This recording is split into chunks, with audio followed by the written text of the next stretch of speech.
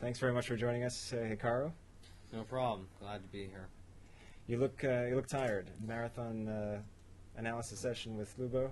Yeah, I mean, I was pretty much used to it after last year, having to analyze games very long. But at the end of the day, I won the game, and that's really all that matters. So despite analyzing for a very long time, I'm happy with the result, and so it really doesn't matter that much to me. All right, well, let's see it real quick. I know you're going to want to get some dinner and rest up for the next game. At the moment, you're the only player with a point, so you may be the sole leader. Remains to be seen as of this moment how and Gelfand's still playing. Yeah, so Lubo pretty much surprised me by playing a dragon again. This was the same opening that he played against me last year, and I forget which round. I'm gonna say it was 9. I don't really remember for obvious reasons, but anyway, it was an accelerated dragon, and then it turned. I think it transfers back into sort of a normal dragon in a sense for a few moves until he went for this very aggressive idea with D5 here on move 12, which and he spent quite a lot of time on that too. Yeah, I think really what it came down to is that he wanted to avoid playing. He wanted to avoid playing D6 at any point so as to end up in a similar sort of structure as the mainline dragon, which is why in the game he ended up playing D5 instead. So I took on D5, and then he played E6, D6, and then he played knight B4, which kind of surprised me. Now, in this position, if you notice, I had 1 hour 28, and then after playing D6, I had 58 minutes. So originally I saw knight B4, and I was calculating rook D2, and then at a certain point I saw the move knight to E7. You can stick with the examine mode buttons to advance too. Okay, so I thought he could maybe play knight to E7 here, and after knight E7, it's I was actually going to sacrifice my queen taking, and then rook D1, rook takes, and it's a very complicated line, but I thought that at the end I was a little bit better. So that's sort of why it took so much time, and then Lubo pretty much instantly played knight B4, which it's rather annoying when you calculate something like that, and then have someone play the move that you calculated originally right away. Sort of was like, why did I waste all that time calculating? So I played rook D2 as I was planning on.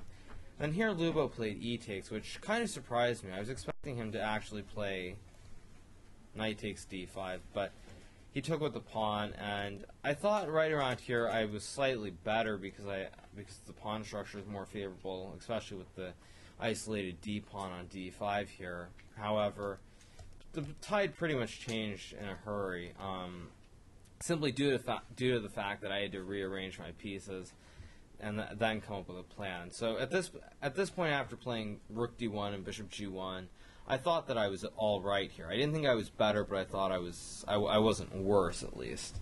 And then pretty much it was fairly standard up until this point when Lubo played rook E4. Probably queen B7 was a slightly better try instead of trading off the F for the B pawns, because it makes it a little bit more difficult for me to come up with a plan. After rook E4 takes, I played bishop G1, rook E4, A5, and really my point was simply that here I have a very direct plan. Like, I'm just going to play B4, B5, and then push that A pawn to A7, and then black has to do something to keep the pawn from queening. So right around this point, after I played B5, I was pretty confident that I had good chances to win here. So pretty much the rest was a mad time scramble. We both didn't have a whole lot of time, and we were only at move 31 when I played B5. So 9 moves. Are these times about accurate? You're both pretty close. 5 yeah. minutes. Yeah, these times are quite accurate. And then after Lubo played B4, B4 is just a blunder. Probably rook A8 gives him better chances to draw the game, but it's still slightly worse, and he would have had to suffer for quite a bit if in fact he had been able to hold the draw. Did any insights come out of your post-mortem session? Well, I think really the main thing is that we had a huge our perspective of the position was considerably different. Prior to the post-game analysis, Lubo thought that he was much better.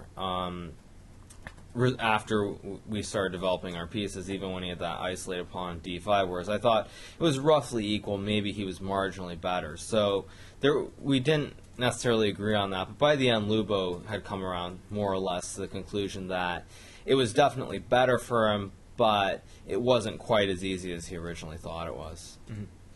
Now, when in that game that you mentioned last year, you had good winning chances, and then it ended in a draw. Well, I was referring to the second game, the one which I lost. The game you're thinking of is the game which I played in the first round, yeah. which I had winning chances in.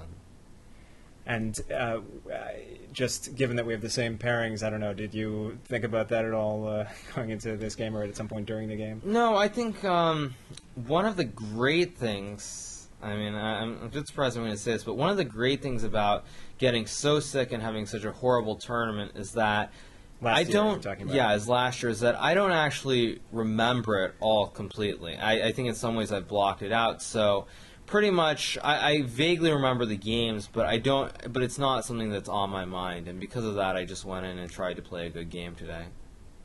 Well, I guess that's useful. Obviously a very good start for the top seed here at the NH Chess Tournament. Unless you have anything else to add, thank you very much, and we'll see you again on the show later. Thanks. Hopefully I'll be back. So long.